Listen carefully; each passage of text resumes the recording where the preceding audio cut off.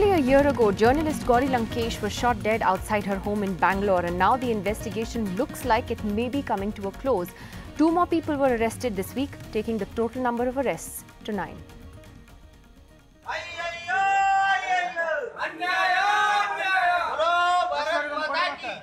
Protests in Hubballi by right-wing activists after 2 men from the town were arrested by the SIT for their alleged involvement in the murder of Gauri Lankesh. The 2 men, Amit Baddi, a goldsmith, and Ganesh Miskin, who manufactures incense sticks, are in police custody until August 6th, charged with murder and under the Arms Act.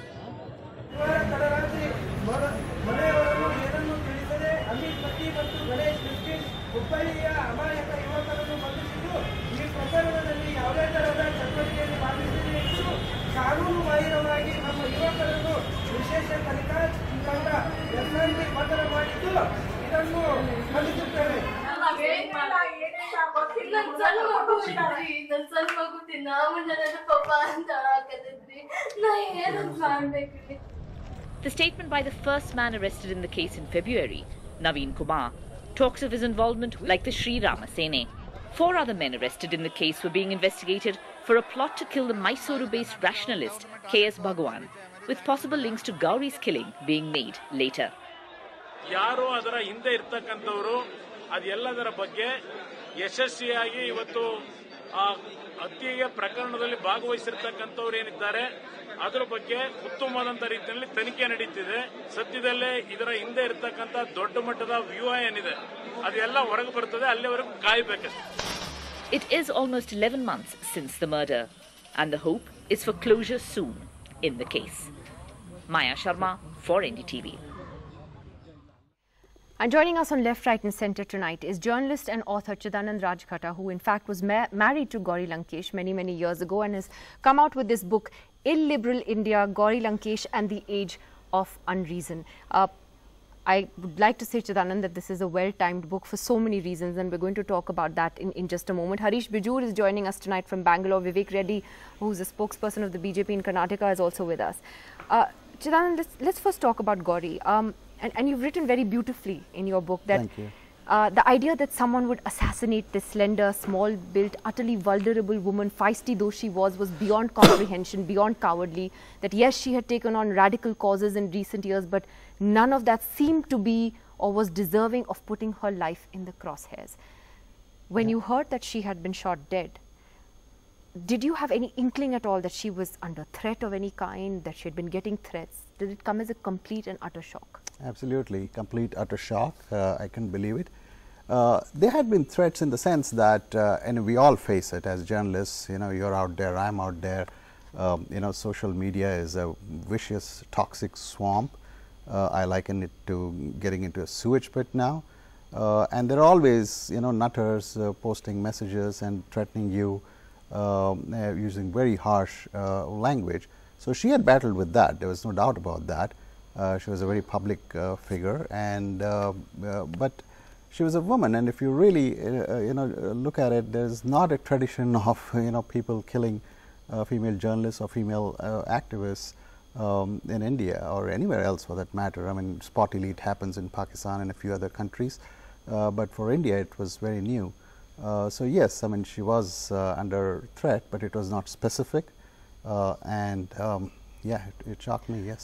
And I want to tell our viewers also that, I mean, despite, you know, your marriage ending in divorce with her, you were both very good friends and remained close till the very end, in fact. And which is why I'm asking you that now, as these, you know, these arrests are being made and you're seeing where the investigation is going, what do you think of that? I mean, it took the longest time actually for the first arrest to come through, but do you see a pattern here in the way Gauri was killed and we've seen the murders of some others? Absolutely. Look, there were 4 people who were killed. They were all of similar, you know, ideological inclination. They were all rationalists. They were all pretty much left of center.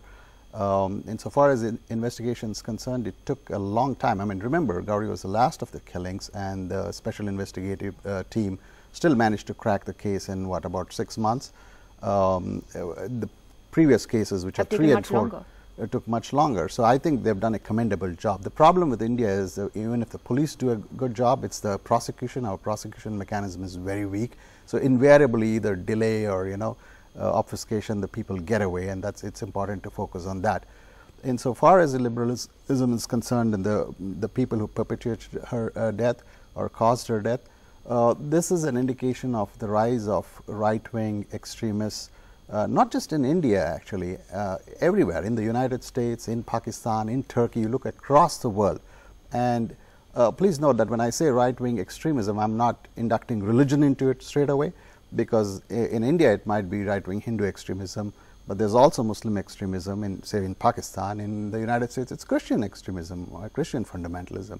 So it seems to me that there's a pattern across the world where there's a rise of very illiberal right-wing forces with the local religion dominating.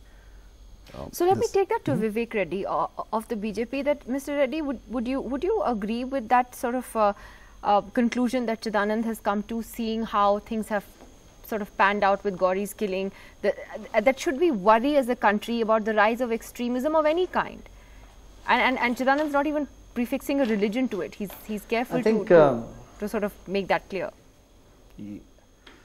Yes, I'm glad. I'm glad Nidhi Chidanand has examined this from the world perspective and seen that across the world there is a rise of extremism. This is one.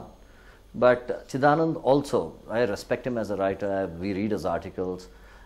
I'd like to make a point here that, look, India had always been a country where some of the greatest religions of the world found a safe haven in India.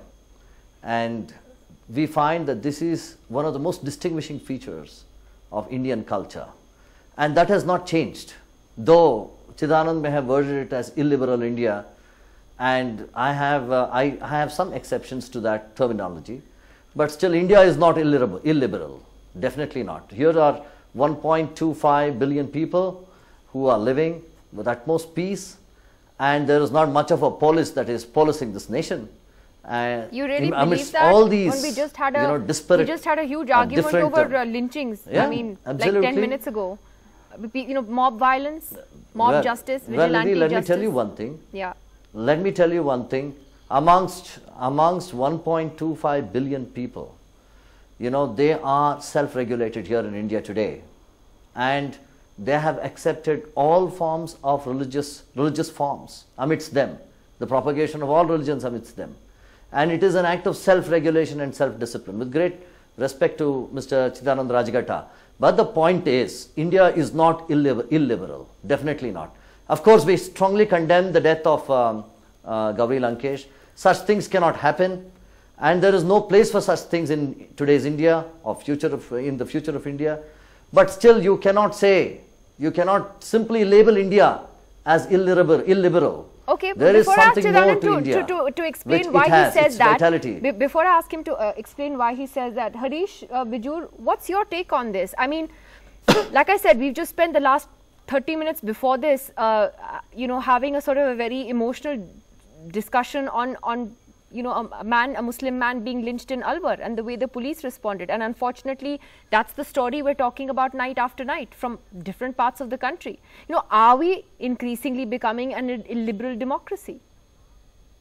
Okay, to me, Nidhi, this is a big worry because, two alliteratives, which is illiberal and intolerant and India going together, these don't sound very good to me. But there seems to be a certain degree of realism in these words. And that is a worry. For me, what really worries is any kind of attitude which is majoritarianism oriented, because India has never been majoritarian oriented. The constitution itself starts with us saying we are a sovereign, secular, democratic republic. And the word secular has been viewed by people with a great degree of passion. For me, anything which goes against it, anything which says do it the majoritarian way is a big issue. Because for India, for me, the word intolerance, the word illiberal is the new sedition. I think intolerance is as big a word as sedition is. It's worse, in fact, because, being intolerant is really not an Indian attitude. Being illiberal is really not an intolerant Indian attitude. I think we are an amalgam of being very tolerant and liberal. But if that goes out of the board, out of the book, I worry for it. And I think that's what we need to be bothered about, majoritarianism.